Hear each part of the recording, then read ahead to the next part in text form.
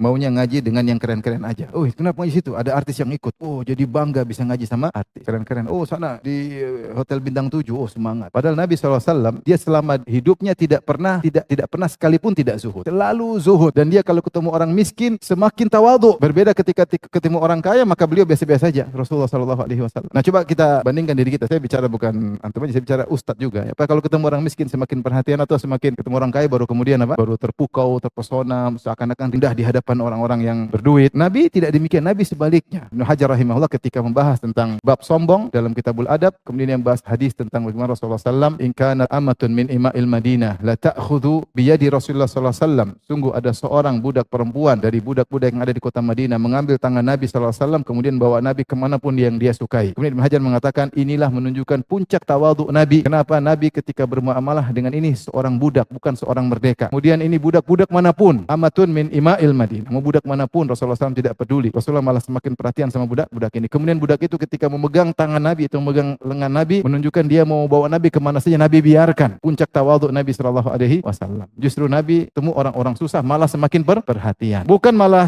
keren-kerenan. Kalau begitu kita malah perhatian sama yang keren-keren, ada sesuatu yang salah. Bukannya nggak boleh kita perhatikan orang keren, boleh. Tapi maksudnya harusnya perhatian kepada orang susah lebih. Ini maksudnya saya mengkritiki kita semua, termasuk saya juga ya. Harusnya perhatian sama orang susah harusnya lebih. Bukan malah bangga dengan keren-kerenan. Berarti ada duniawi. Makanya Rasulullah SAW ketika dikasih syubhat oleh orang-orang kafir. Ketika orang kafir punya ide, ya Muhammad, sudahlah kalau kau mau ngajak kita ngaji, itu orang miskin jauhin dulu. Ngaji dulu sama kita, nanti kalau ini baru kita lihat bagaimana. Itu masuk ke hati Nabi. Itu syubhat masuk ke hati Nabi, ini ide bagus. Maka Allah turunkan ayat untuk menegur Nabi. Kata Allah, wasbir nafsaka ma'alladzina yad'una rabbahum bil ghadati wal asyi. Sabarkanlah dirimu bersama orang-orang sahabat yang miskin yang berdoa kepada Allah pagi dan petang hari. Yuridun wajah, yang mereka ikhlas kepada Allah Subhanahu wa taala. Wala ta'du ainaka anhum turidu zinatal hayatid dunya. Jangan kau palingkan pandanganmu dari mereka menuju orang-orang kaya karena perkara dunia. Maka Allah tegur. Dan ini juga yang disampaikan oleh sebelumnya kaum Nabi Nuh. Kaum Nabi Nuh mengatakan, Nuh tinggalkan mereka orang-orang kafir. Gimana kami mau gabung dengan mereka orang-orang miskin? Tinggalkan mereka. Maka Allah mengatakan, walaula an thabbatnaka laqad kita tarkanu ilaihim syai'an qalila. Kalau bukan kami kokohkan engkau wahai Muhammad, tentu kau akan condong kepada mereka. Itu condong kepada syubhat-syubhat mereka. Jadi maksud saya, semua orang boleh ngaji, kaya miskin boleh ngaji, siapa saja boleh ngaji, tapi jangan kita kemudian malah berbangga-banggaan ketika dengan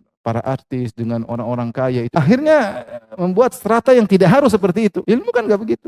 Nabi sebaliknya, itu yang jadi masalah bagi kita para ustaz. Nabi sebaliknya sama orang miskin malah kasih perhatian. Tapi jangankan mau ketemu Nabi, budak aja keluar rumah bawa Nabi biarin. Enggak ada ring 1, ring 2, apalagi ring 7, enggak ada. Budak keluar langsung bawa Nabi biarin. Menunjukkan tawadhu, puncak tawadhu Nabi. Nah, kalau kita tidak seperti itu ada yang salah dengan diri kita. Memang kita salah, kita enggak seperti Nabi, tapi jangan kebablasan kesalahannya. Mereka keren-keren ini salah ngaji, berarti salah ngaji.